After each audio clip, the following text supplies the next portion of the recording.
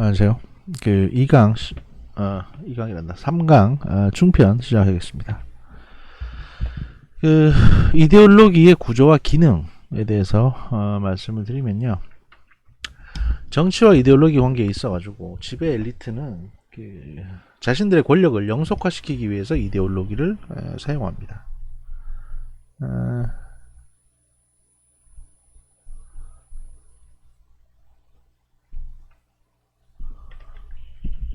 이데올로기는 이제 국민들의 마음속에 침투해서 그들로부터 체제에 대한 지지를 이끌어내는 가장 효과적인 설득 방법이고요. 또 이데올로기는 체제에 도전하는 반대 저항 세력에게도 효과적인 수단으로 이용되어 현 체제의 부조리와 모순, 그리고 체제 전환의 목표와 전략, 그리고 미래에 대한 비전을 제시함으로써 정치 운동을 활성화시키는 역할을 담당합니다. 이데올로기의 구조를 말씀드리면, 첫 번째 이제 신화적 요소가 있습니다. 이데올로기의 신화적 요소는 그 과학적으로 입증될 수 없는 부분, 주로 이제 정치 지도자의 카리스마적인 기질이라든지, 뭐 히틀러 생각하시면 됩니다. 민족의 전통과 정신, 국가의 역사, 그리고 이제 종교 등과 결합된 형태, 뭐 이런 것들을 말합니다. 그 신화적인 요소들은 국민들의 심리와 정서에 호소하며 그들의 정치 지도자 또는 국가를 위한 상징 체계를 형성하게 됩니다. 그러니까 처음에 시작했을 때는 뭐 마오쩌둥이든 뭐 스탈린이든 김일성이든 다 그냥 누구의 자식이고 누구의 아들이고 뭐 또 뭐 어떻게 전쟁을 해가지고 뭐 어떻게 지도를 하셨고 뭐 이 양반을 구하기 위해서 누가 희생이 됐고 막 이런 식의 아주 심플한 서사가 진행이 됐을 거예요. 그런데 이게 진행이 되다 보면 이제 소위 정적이라는 게 생겨요. 정적. 그러니까 어제까지만 해도 동지였는데 갑자기 경쟁자가 생긴단 말이에요. 나도 지도자 좀 해보고 싶다라는 식의 이제 정적이 생깁니다. 그러면 이 정적을 숙청을 해야 되지 않겠습니까? 그러니까 제거를 해야 되는데 뭐 며칠 전까지 괜찮은 사람이었다고 막 찬양을 했는데 어떻게 제거를 합니까? 그러니까 이 최고 지도자는 늘 자기 자신의 존재를 미화하게 됩니다. 그러니까 난 신비로운 사람이고 내 능력은 엄청나게 뛰어나다. 그래서 이제 그런 것들을 자꾸 과장을 해요. 뭐 마오쩌둥이 뭐 무슨 몇 개 사단을 물리쳤다는 둥, 그다음에 뭐 김일성은 뭐 솔방울로 수류탄을 만들고 이런 것들이 다 이런 과정에 속하는 겁니다. 이게 처음에는 웃긴 얘기 같지만 자꾸 세뇌를 하잖아요. 그리고 다양한 어떤 그 컨텐츠를 제작을 해가지고 그게 맞다는 식으로 자꾸 세뇌를 하면 그렇게 넘어갑니다. 결국에는 이제 김일성은 진짜 존경스러운 사람, 김일성은 뭐 인민을 위해서 고생한 사람, 뭐 이렇게 그냥 굳어져 버려요. 그 사이에 했던 수많은 나쁜 짓들은 다 사라지고. 그게 신화적인 요소입니다. 목사들도 마찬가지 기법을 쓰는데, 이래서 이제 하나의 개인에 대해서 신격화를 하는 거죠. 누구도 범접할 수 없도록 이래 놓으면 그 다음 단계에서 이제 일하는 게 좀 편해지거든요. 신화적 요소들은 국민들의 심리와 정서에 호소한다. 그래서 그들의 정치 지도자와 국가를 위한 상징 체계를 만든다. 뭐 나치당이 그랬죠. 신화적 요소들은 근대 이전부터 지배적 영향력을 행사해 왔다. 오늘날에도 통용되고 있다. 그러니까 이제 근대 이전에는 뭐 십자가라든지 이런 것들이 이런 신화적인 요소가 있었을 겁니다.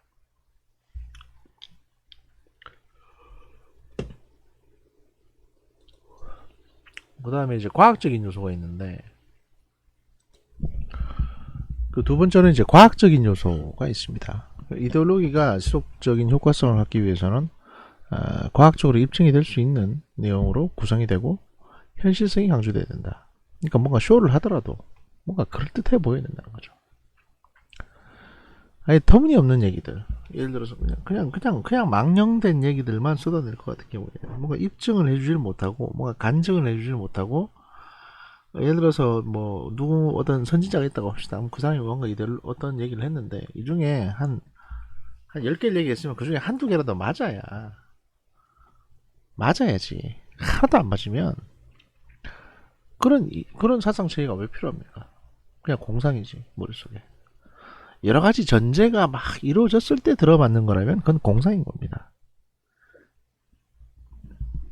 그러니까 이건 이랬으면 좋겠고 저건 저래야 되고 저건 저래야 되는데 이런 세 개의 환경 아래에서는 이래야 된다. 이건 공상이에요. 이데올로기 아니고. 이데올로기는 적어도 어느 정도의 개연성과 과학성이 필요합니다. 신화적인 요소들은 국민 정서에 호소하기 때문에 단편적이며 일시적인 효과만을 가져오는 반면 과학적인 요소들은 국민들의 이성에 호소하여 그들을 납득시킴으로써 그 효과 또한 체계적이고 지속적일 수 있다라는 부분이고요.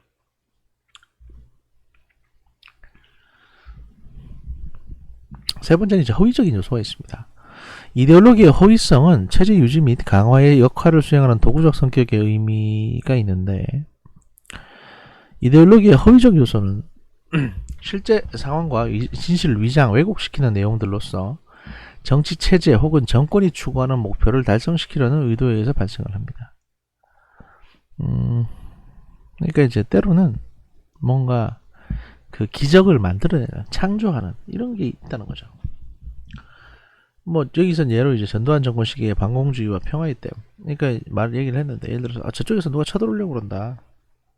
우리가 단결하지 않으면 저희들이 쳐들어올 거다. 그렇기 때문에 단결해야 된다. 이렇게 하는 걸 보면 뭐 종교에서 하는 거랑 크게 다르지 않습니다. 그런 허위적인 요소들이 들어간다는 것이고, 이데올로기의 기능 앞에서 이제는 이데올로기의 구조를 저희가 봤고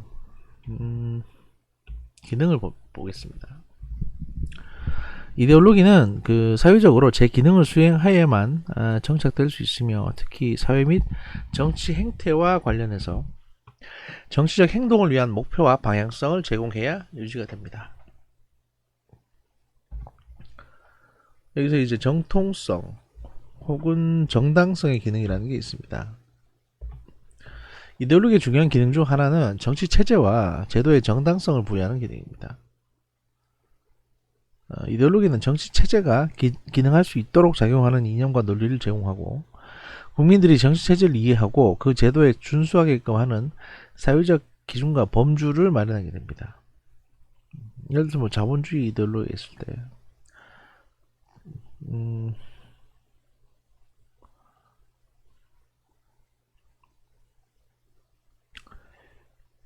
뭐 그건 다른 예를 드는 게 좋을 것 같습니다. 이데올로기는 국가나 정치 체제의 헌법 속에서 포함될 수 있는 정치적 가치와 신념을 제공하고 국민들로 하여금 정치 체제 내에서 그들의 역할과 위치를 파악하게 유도하기도 합니다. 그러니까 적어도 어떻게 보면 내가 이걸 믿고 따라가는데 이게 적어도 이제 우리가 이걸 믿고 따라갈 수 있도록 뭐 적절해 보이고 정통성을 갖고 있다라는 식의 뭐 그런 구조가 필요하다는 것이고요. 그런 기능을 갖고 있다는 것이고요. 그 결속과 동원의 기능이 있습니다.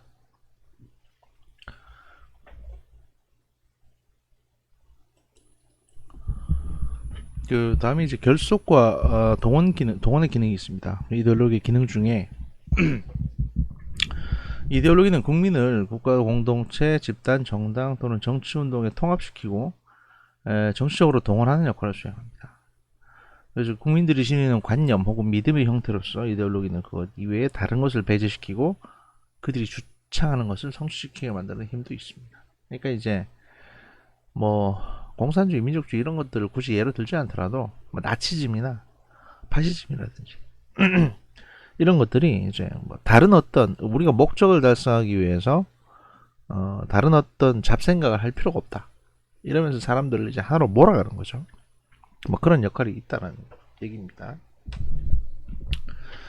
그 다음 세 번째 이제 리더십과 조작의 기능이 있는데요.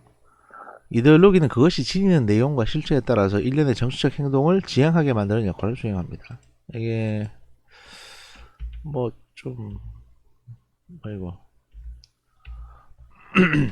이에 따라서 정치 지도자나 정치 엘리트는 이데올로기를 이용을 해서 그 국민들이 특정한 정치 행위를 하게끔 특정의 명제들을 조장을 하고 공식화합니다. 예를 들어서 뭐 위대한 제3제국을 위해서 유태인들을 탄압하라 뭐 이런 게 있을 수도 있고요.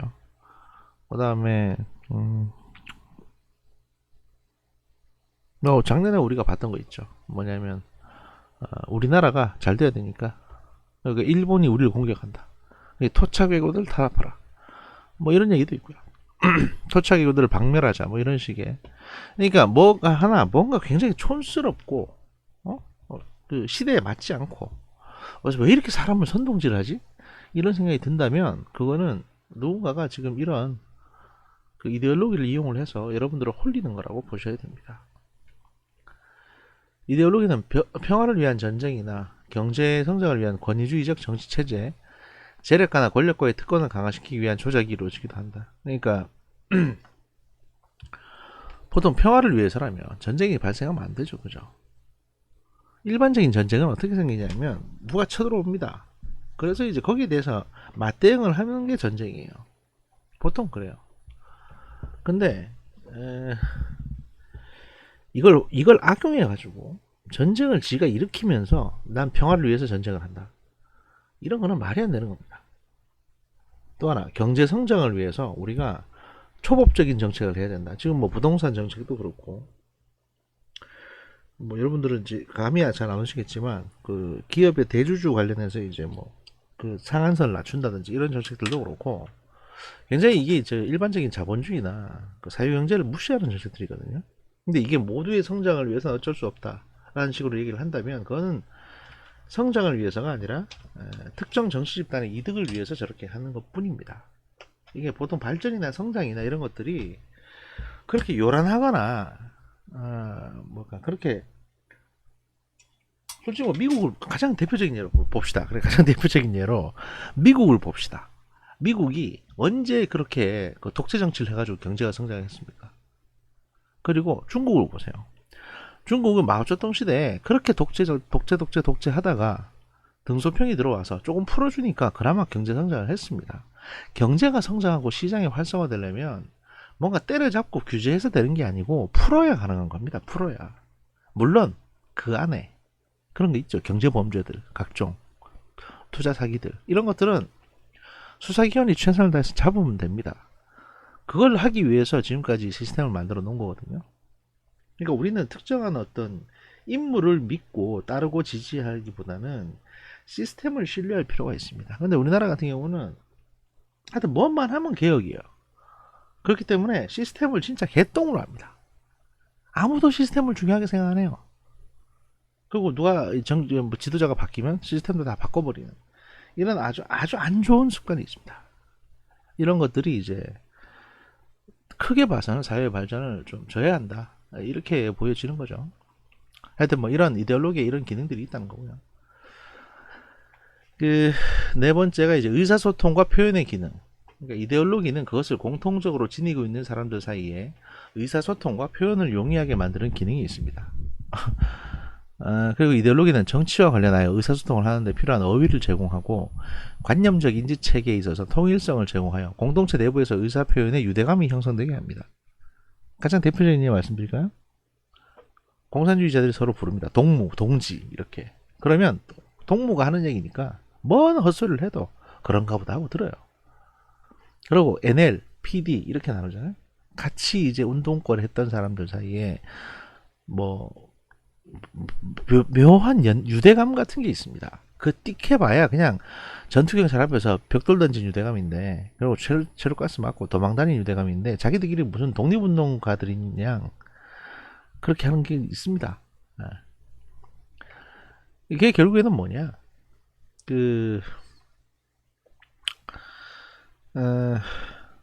뭐 특수부대원들끼리 비슷한 문신을 한다든지 자기들만의 어떤 용어, 슬랭을 사용한다든지 조폭들도 그렇게 한다, 뭐 그렇게 하죠. 그런 것처럼 집단이 유대감을 강화시키기 위해서 하는 건데 사실 말이죠. 아주 상식적인 집단.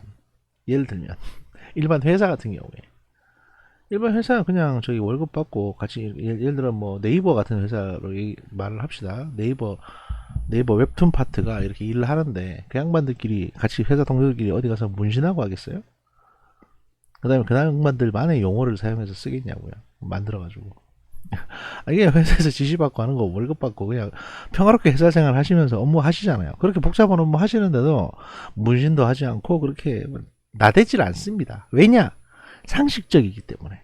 그런데 이데올로기를 통해서 굳이 그렇게 뭔가 문신을 하고 뭘 때리고 뭘 하고, 이거는 개인의 희생을 전제로 하는 비상식적인 행동을 하는 집단이기 때문에 그렇게 하는 거예요. 그래서 이제 쉽게 말씀드려서 사람을 세뇌한다는 거죠. 세뇌시켜가지고 어떤 그 좀 정상적이지 않은 명령을 따르게끔 하는 그런 것들이 이제 이데올로기의 중요한 기능이다. 4대 기능 중에 하나다 말씀을 드렸습니다. 자, 그러면 이제 주요 이데올로기에 대해서 알아봅시다. 정치사나 인류 문화사를 통틀어서 인간을 힘들겠다. 대표적인 이데올로기들이 있습니다. 첫 번째, 자유주의, 리버럴리즘이라고 하죠. 자유주의는 중세 르네상스와 종교개혁을 거치면서 형성이 돼서 현재까지 발전하여 온 가장 오래된 이데올로기로서 특히 산업화 과정에서 형성된 서구 자본주의 국가의 이데올로기입니다. 이게 말이죠.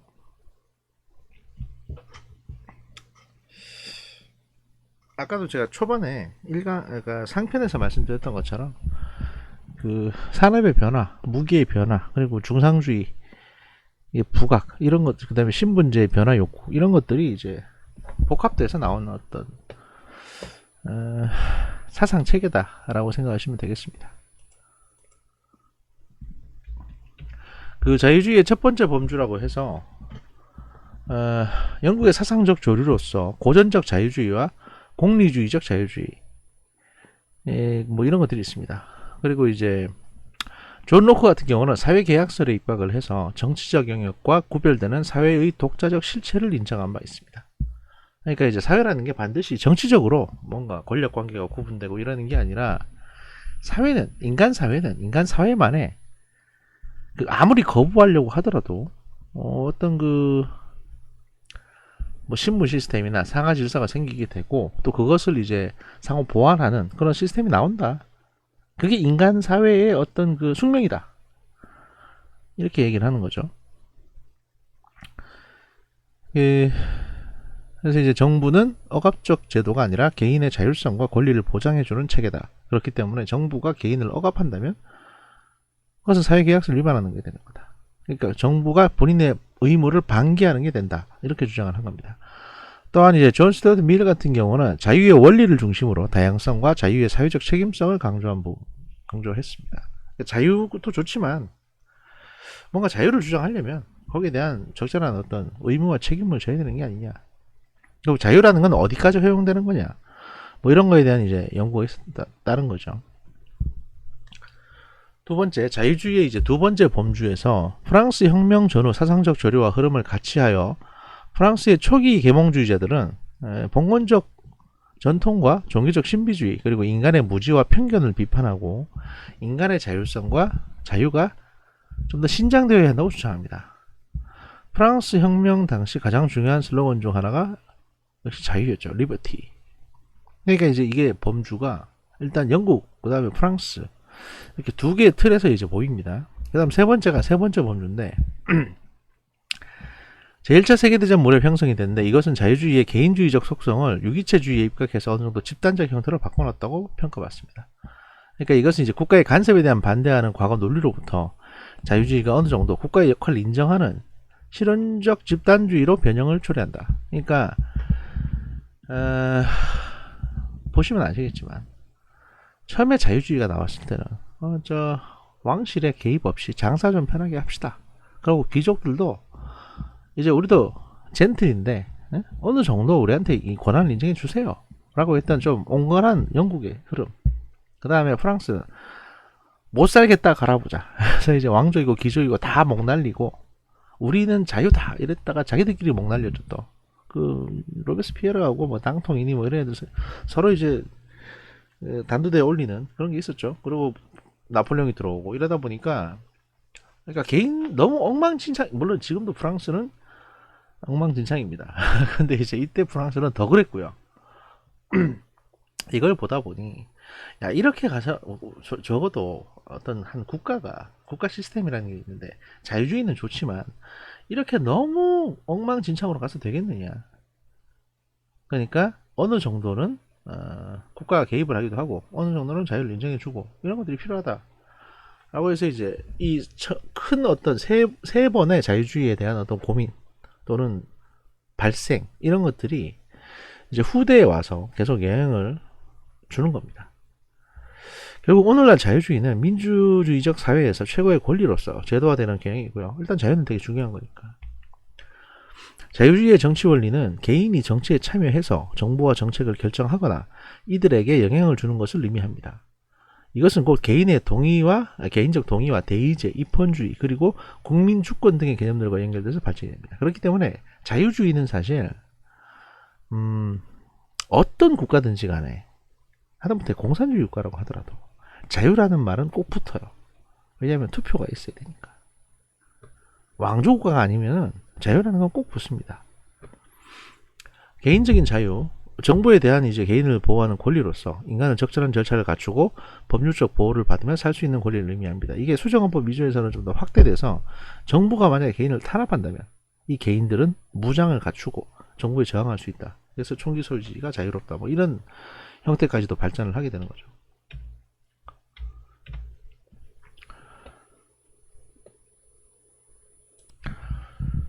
시민적 자유에 대해서 말씀을 드리면 개인의 보호에 중점을 둔 개인적 자유와는 달리 시민적 자유는 인간 활동과 참여의 자유로운 정치 영역을 보장을 하고 규정하고 있습니다. 그러니까 시민이라는 말이 들어가니까 어쨌든 간에 그 국가 내에서 일개의 어떤 그 조직원으로서의 자유를 보장받는 그런 행위들을 말하는 거죠. 그 다음 단계가 이제 사회적 자유입니다. 그러니까 사회적 자유는 어떻게 보면 좀 큰 틀에서 국가의 국민으로서의 자유를 말하는 걸 텐데,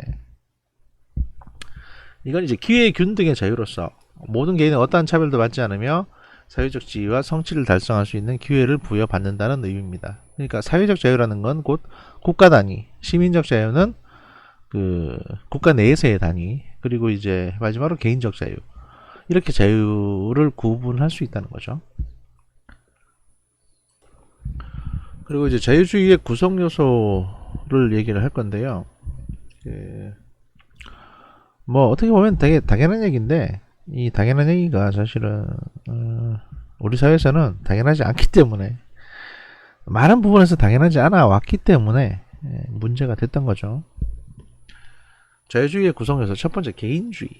개인의 어떤 개인주의는 자유주의 이데올로기의 핵심적인 원칙으로 어떤 사회 집단이나 국가도 개인의 번영과 발전을 목표로 한다는 믿음을 반영합니다. 다시 말해서 자유주의에는 뭐가 있냐? 그 개인을 건드리지 마라. 그 다음에 개인을 희생시키지 마라. 이게 있는 겁니다. 두 번째, 자유. 개인의 자유는 이제 자유주의가 지니고 있는 가장 중요한 핵심적 가치죠. 궁극적으로 추구하는 목표고요. 그래서 사실 자유주의에 포함되어 있으면 누가 와서 뭐라고 이렇게 막 국가가 여러분의 희생을 강요하진 않아요. 다만 여러분의 희생을 강요하는 것은 가난일 뿐입니다. 가난. 게으름과 나태와 가난, 배고픔 뭐 이런 거지, 국가가 여러분의 힘으로 뭘 하진 않습니다. 물론 할 때는 티 안 나게 합니다. 세 번째, 이성. 자유주의는 모든 세계가 이성적 구조로 형성되어 있다고 믿으며 세계는 인간의 이성적 활동과 비판을 통해 규명되고 유지될 수 있다고 생각을 합니다. 그러니까 상식을 뜻하는 겁니다. 이성이라는 건. 다시 말해서. 네 번째, 평등. 개인주의는 기본적 평등에 대한 믿음을 내포하고 있으며 이것은 곧 기회의 평등을 의미합니다. 그러니까 평등하다는 것은 뭐냐? 신분제나 신분에 의한 차별 또는 뭐 재산상에 의한 차별, 이런 것들이 없다는 겁니다. 어떤 그 국가에서 정해놓은 어떤 뭔가를 할 때는. 다섯 번째, 동의. 자유주의적 관점에서 모든 권위와 그 사회관계는 개인의 동의와 자발적 승낙에 기초합니다. 이것은 곧 대의제와 민주주의를 옹호하는 기본 원리로 작용하는데요. 예를 들어서 여러분들이 이제 어디 가가지고 내가 여기 왔다는 기록을 요즘 남기고 있지 않습니까? 설명부에 여러분 이름과 전화번호를 적습니다. 근데 그게 앞에 보면 개인정보 제공에 동의하십니까? 라고 해서 체크표 하게 돼 있어요.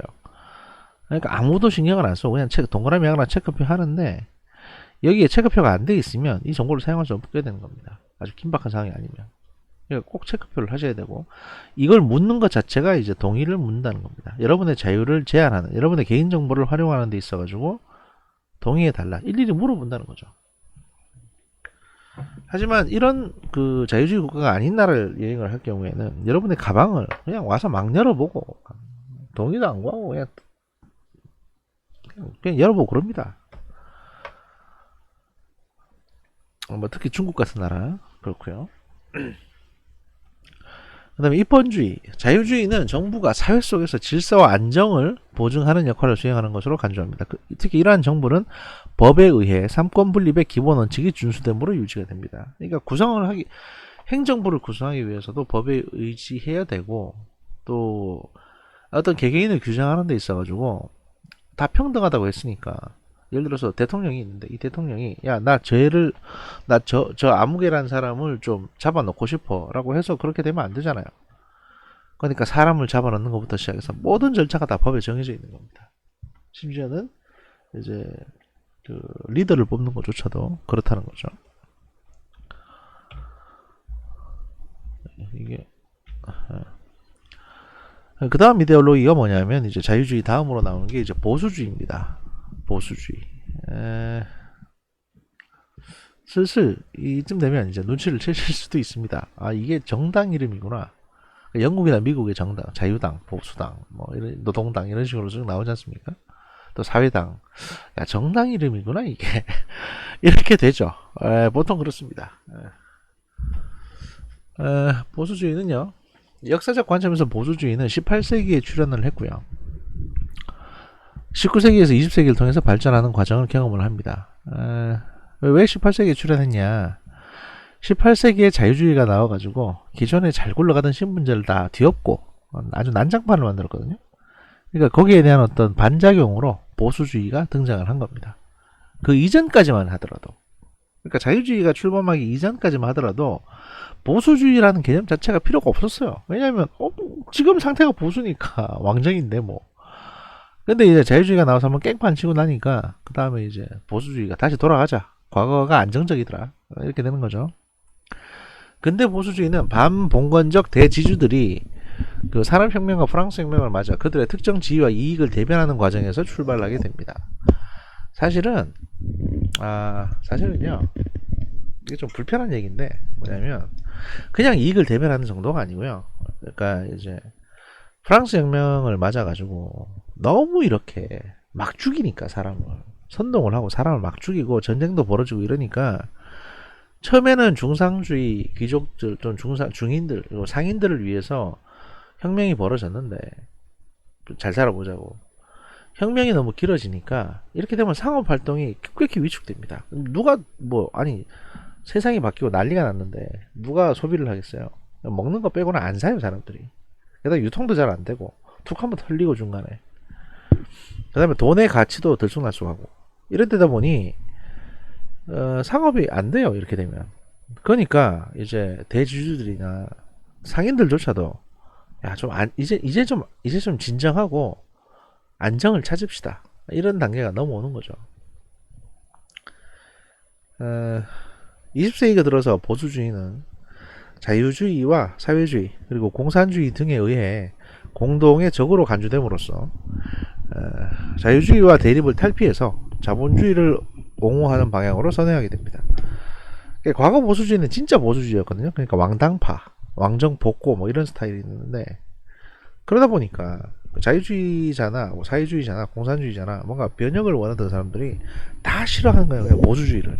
그럼 저거들 왕당파다 이거지. 그래서 이제 적어도 자유주의하고는 대립하지 말아야겠다. 왜냐면 사회주의나 공산주의는 규모가 작은데 반면 자유주의는 규모가 크니까 이 자유주의하고는 좀 친하게 지내자라고 해서 자본주의를 옹호하는 방향으로 선회합니다. 그래서 일부 자유주의와 결탁해서 그 생명력을 간직하게 되는 거죠. 그래서 이제 자유민주주의는 사실 자유자본주의의 어떤 또 다른 의미처럼 되는 거죠. 보수주의는 결국 구체제로의 복귀에 관심을 기울이며 정치적 권위를 통해서 통한 질서와 통합 유지를 강조하게 됩니다. 그러니까 일단 저기 뭐 변혁이고 혁신이고 이런 건 잘 모르겠고 그러니까 나쁜 짓 한 놈 있으면 잡아 넣으면 되는 거고. 왜 멀쩡한 의회를 불지르고 또 길에 이렇게 돌이 많이 떨어지게 하고 또 뭐 경찰을 공격한다든지 왜 이러냐 도대체. 우리 좀 안정을 찾으면서 대화를 해보자. 이걸 주장하는 거예요. 근데 대화의 장에는 학생이나 또는 의원이 아닌 사람들은 들어올 수 없는 거죠. 이게 이제 핵심이지 어떻게 보면. 그러니까 보수주의가 돌맞는 거예요 사실은. 그 보수주의는 결국 이제 그 구체제로의 복귀에 관심을 기울이는 거고 정치적 권위를 통해서 질서와 통합 유지를 강조하는 거다. 보수주의는 사회적 혼란과 갈등은 안정과 질서에 유해하기 때문에 회피되어야 할 정치적 가치로 규정합니다. 기존 가치와 제도의 보존과 점진적 변화를 추구해서 급격한 변화 대신 기존 질서를 보존하려는 경향이 있습니다. 근데 여기서 이제 큰 문제가 하나 발생하는데, 사회적 혼란과 갈등은 안정과 질서를 해치기 때문에 안 된다 라고 해서 모든 종류의 시위나 이런 것들을 다 배척하려고 듭니다. 이렇게 되면 무슨 일이 발생하냐, 국민들이 뭔가 요구해 가지고 바로 반영되는 건 없어지고 그냥 밀실에서 소위 말해서 그 자격 있는 의원들끼리 야합해서 정책이 진행되는 경우가 비일비재하게 발생을 해요. 이렇게 되면. 그리고 아예 시위 같은 걸 못하게 규제를 해버리니까 이거야말로 독재국가로 넘어가는 거죠. 어떻게 보면. 보수주의는 국가의 적극적 역할을 강조하여 국가의 유기체적 성격을 강조하고, 개인은 국가에 대한 헌신과 충성을 할 의무를 지니며 국가는 이에 대해서 온정주의적 보답과 보호를 해줘야 한다는 논리를 전개합니다. 그러니까 전형적인 조선시대야. 조선시대. 딴 것도 필요 없어요. 그냥 조선시대예요. 그냥. 다만 이제 자본주의를 좀 허용하는 조선시대, 뭐 이런 개념인 거죠. 뭐 구한말이나 아니면 대한제국 같은, 뭐 대한제국이 보수주의라고 하니까 좀 그렇긴 한데 그런 느낌이라고 보시면 되겠습니다. 보수주의의 이제 구성요소, 나중에 제가 이게 아마 이거 영상이 올라가고 좀 이따가 그 자료를 갖다가 올릴 텐데, 그거 자유주의의 어떤 구성요소하고 보수주의의 구성요소를 비교해 보시면 나름대로 재밌을 겁니다. 그 보수주의 구성요소 1번 전통. 보수주의의 가장 중심적인 주체는 전통입니다. 이것은 곧 인지된 전통에 대한 미덕, 확립된 관습에 대한 존경, 시대를 통해 지속되어 왔던 제도에 대한 믿음 등으로 연계가 됩니다. 그러니까 전통, 예를 들어서 뭐 대통령제를 하고 있으면 계속 대통령제를 하자는 거지. 다른 거 하지 말고. 뭐 그런 걸 원하는 거고요. 또 인간의 불완전성이라고 해서 인간의 본성에 대한 보수주의적 견해는 대체로 비판적입니다. 그러니까 그냥 저 노동자들은 잘해주면 게을러진다. 뭐 이런 마인드가 깔려 있는 거예요. 따라서 강력한 국가, 엄격한 법체계, 그리고 엄정한 처벌에 의한 규제를 요구를 하게 됩니다. 이게 사실은 지위 고하를 막론하고 잘 되면 더할 나위 없는 사회가 되긴 하겠죠. 그런데 보수주의는 사실 지금 정부처럼 일반 국민들한테는 되게 엄정하게 법 집행을 하는데 지도자층에게는 되게 헐렁합니다. 그래서 사실은 욕을 먹고 다른 이데올로기로 바뀌는 겁니다. 그 다음 세 번째가 이제 유기체라는 게 있는데, 보수주의는 그 사회를 유기체적 구성으로 인식을 합니다. 그래서 사회 구성원 간의 공유된 가치와 공통의 문화는 사회적 응집력을 유지하기 위해서 필요하고 보존되어야 한다고 인식합니다. 바꿔 말하면 집단이든 개인은 간에 개인 행동하지 말라는 거예요. 예를 들어서 뭐 다 파업하기로 했으면 다 파업을 해야지. 니네끼리 왜 파업 안 하고 단독 행동하냐. 뭐 이런 비난까지도 해요. 심지어는. 이게 결국 좋은 건 아니죠. 왜냐면 어떤 인간을 하나의 부품처럼 인식을 한다는 얘기니까요. 위계조직. 보수주의는 사회적 지위와 신분의 등급은 유기적 사회 속에서 질서를 유지하기 위해서 당연한 것으로 간주합니다. 그러다 보니까 영국이나 일본이나 귀족제도가 남아 있습니다. 물론 일본은 법적으로 귀족제도를 폐지했다고 하는데 사실 말이 그런 거고, 화족이라고 불려서 옛날에 뭐 했고 어떤 집안이네 뭐 이런 것들이 아직 그대로 영향력을 행사합니다. 웃긴 얘기지만 좀 그래요. 그 다음에 그런 걸 그냥 이거는 운명이다 이렇게 판단을 해요. 그러니까 마치 어, 자기 집이 노비 집안인 게 이제 그냥 자기가 타고난 운명이다 라는 식으로 이제 인식하게끔 교육도 시킵니다. 이건 결국 좋은 건 아니죠. 그리고 이제 권위가 있는데, 이 권위는 뭐냐, 무슨 어떤 개념이냐면요. 보수주의는 권위가 어느 정도 위로부터 행사되어야 한다고 주장합니다. 그래야 질서가 유지될 거다라고 생각을 하니까요.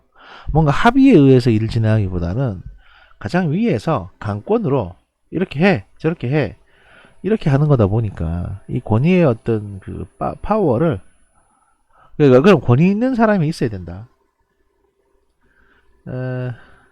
뭐 그런 거를 되게 중시한다는 겁니다.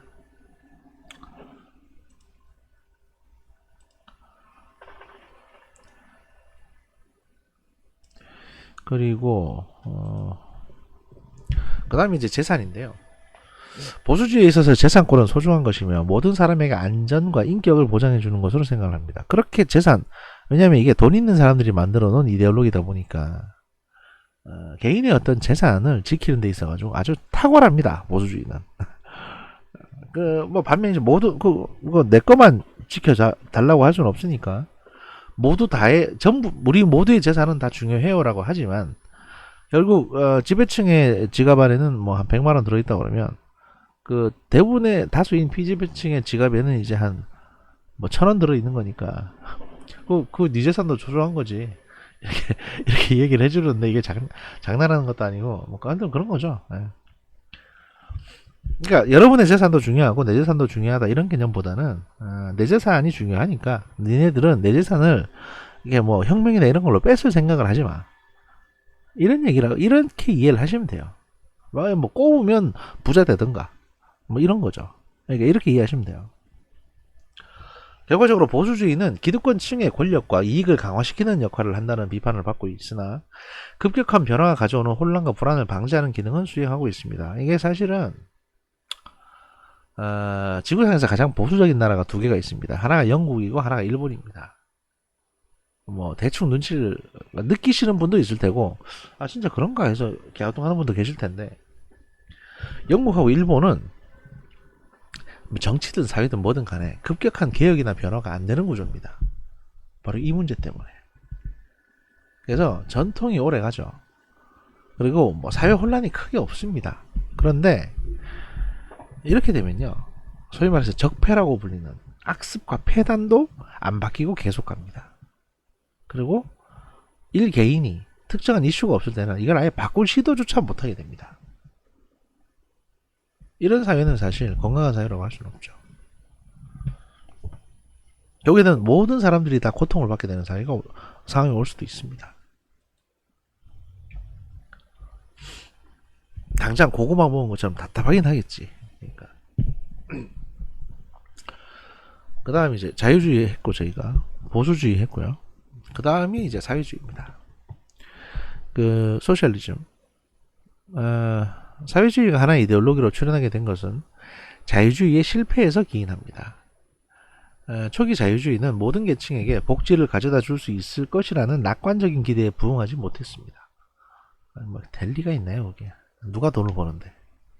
그러니까 프랑스 혁명 이후에도 자본가 계급의 부는 계속 증대된 반면 노동자 계급의 생활은 지속적으로 향상되지 못했습니다. 물가는 올라가는데 이러한 경제적 불평등은 자유주의 시장 경제 원리에 따른 불가피한 결과이기 때문에 평등을 주장하는 일단의 이념가들은 사유재산과 시장 경제 원리를 부정하는 사회주의를 주장하게 됩니다. 이게 사실은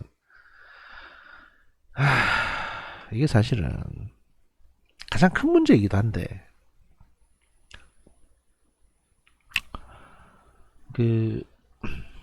시장 경제 원리라는 게 자유주의 시장 경제 원리라는 게 원래 맹목적으로 경제적 불평등을 불러일으키기에 설계된 건 아닙니다. 예를 들어서 아담 스미스가 뭐 가장 대표적으로 말하는 게 아담 스미스죠. 보이지 않는 손, 국부론 이런 말씀 하시면서 이제 아담 스미스는 시장 원리에 의해서 뭐 모든 거를 조정할 수 있다고 했다. 뭐 이렇게 알고 계시는데 아담 스미스가 국부론에서 얘기한 건 뭐냐면 개입을 하지 않고 내버려 두면 그냥 시장이 알아서 굴러갈 거고 그러면 모두가 다 이익을 얻는 사회가 올 거다라고 일단 얘기는 했어요. 그런데 그거는 그 행위자들이 선하게 행동했을 때에 이뤄낼 수 있는 거다라는 얘기도 했습니다. 그래서 아담 스미스는 또 다른 책을 하나 씁니다. 사실 해외에서는 아담 스미스의 국부론이라는 책보다 이 또 다른 책이라는 이 책이 더 유명하고 더 의미 있게 읽혀집니다. 뭐냐면 이제 도덕 감정론이라는 책이에요. 도덕 감정론. 아담 스미스의 도덕 감정론이라는 책이 있는데 이게 아마 번역이 돼서 나와 있을 겁니다. 한번 읽어보시면 좋을 것 같은데 여기에서 말하고자 하는 건 뭐냐면요.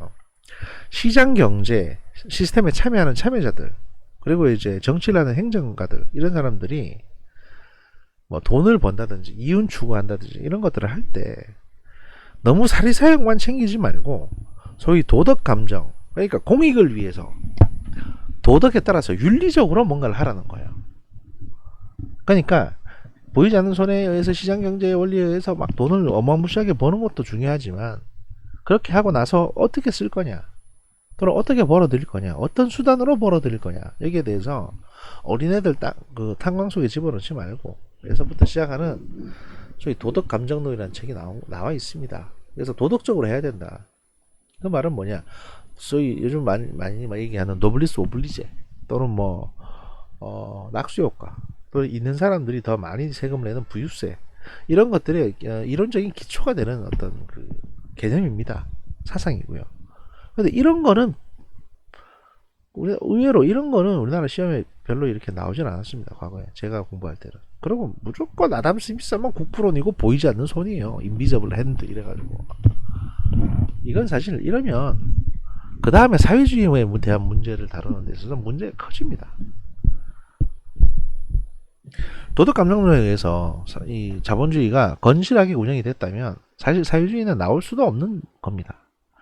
사회주의라는 게 얼마나 엉망진창으로 얼마나 이제 기형적으로 탄생한 제도인가.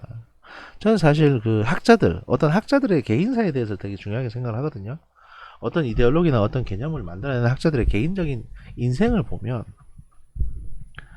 왜 저런 생각을 하게 됐는지가 보이는 겁니다. 상상을 한번 해보십시오. 19세기 초 마르크스가 만든 거예요. 마르크스가 생각을 한 겁니다. 마르크스라는 경제학자, 뭐 정치학자가 유물론이 뭐니 하면서 그 사람이 존경받는 이유는 그 과학적인 기법으로 사회학이나 세상을 보려고 했다는 거예요. 경제학을. 그 시초라서 존경을 받는 거지. 그 사람이 내놓은 사회주의가 정답이라서 존경받는 게 아닙니다. 심지어 그 사람의 인생은요. 개인사는 계속 가난했습니다. 일생을 가난했어요. 너무 가난하다 보니까 약 살 돈이 없어가지고 두 아들인가 뭐 그렇게 알고 있는데 두 아들을 다 병으로 잃습니다. 그리고 본인도 결국에는 가난에 시달리다 병으로 죽습니다. 뭐 원고 책도 못 만들었고요. 그거를 이제 그 섬유공장 하던 친구 엥겔스가 와가지고 보고 책으로 찍어내서 이제 판매를 하게 된 건데 개인이 그렇게 불행한 삶을 사는 학자의 어떤 사상가의 머릿속에서 얼마나 아름다운 생각이 나올 수가 있겠습니까? 오히려 더 극단적인 생각이 나올 수밖에 없죠. 그래서 마르크스주의는 마르크스 개인에 대해서 모른다면 너무 이렇게 파고 들어가시고 또 이게 진리다 이렇게 생각하시는 건 안 좋아요. 사실 세상은 그렇게 단순한 구조가 아닙니다.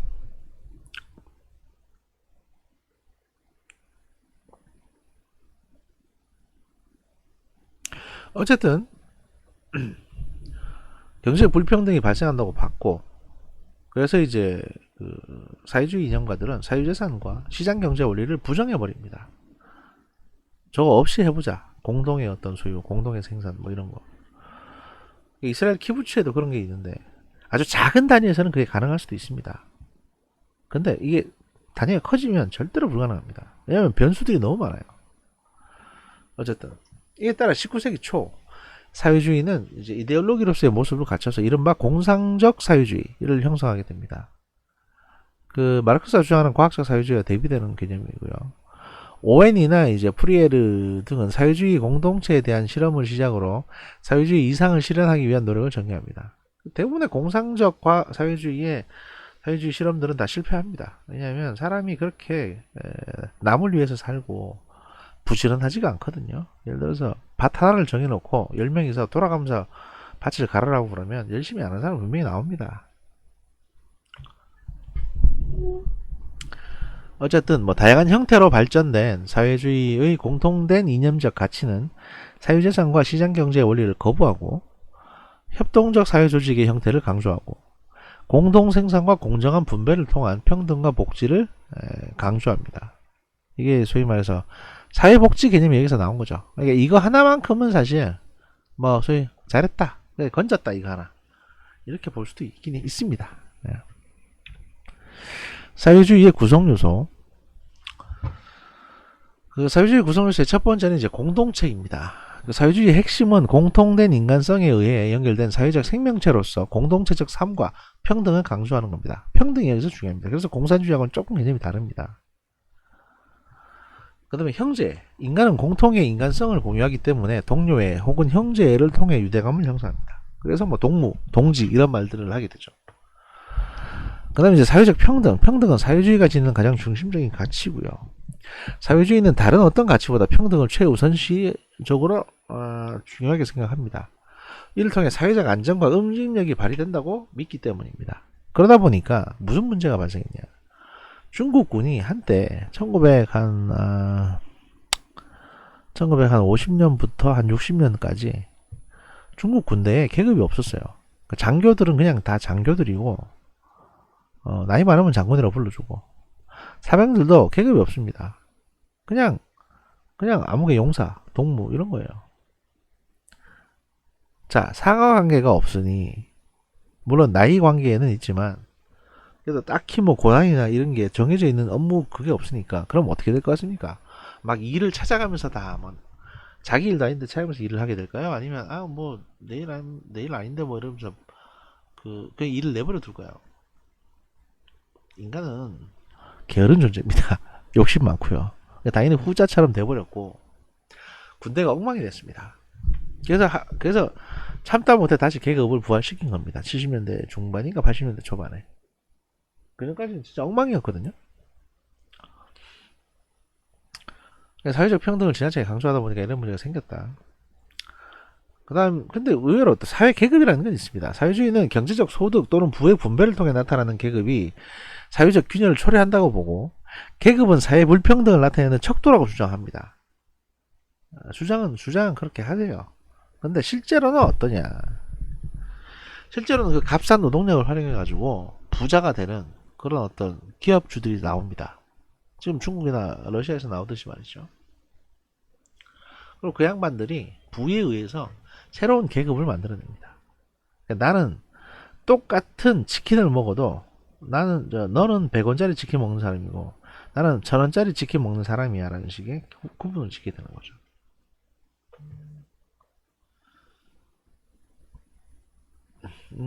유튜브 같은 데서 다큐멘터리 중에 음식에도 계급이 있다라는 다큐멘터리가 있습니다. 꽤 된 다큐멘터리인데 나온지 그거 한번 쭉 보시면 베이징 카오야라고 이제 북경 오리에 대한 어떤 얘기도 나오는데 그 중국 사람들이 어떤 부에 의한 계급에 대해서 어떻게 생각하는지가 적나라하게 나옵니다. 한번 참고삼아 보시면 좋겠고요.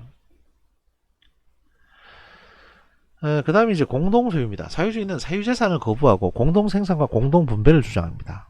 이게 제대로 될 리가 없습니다. 사람은 게으르다니까요. 게으르고 욕심 많고 또 사람은 또 늘 힘들어요. 자꾸 눕고 싶고 그래요. 또 생각 많으니까 또 집중도 못하고.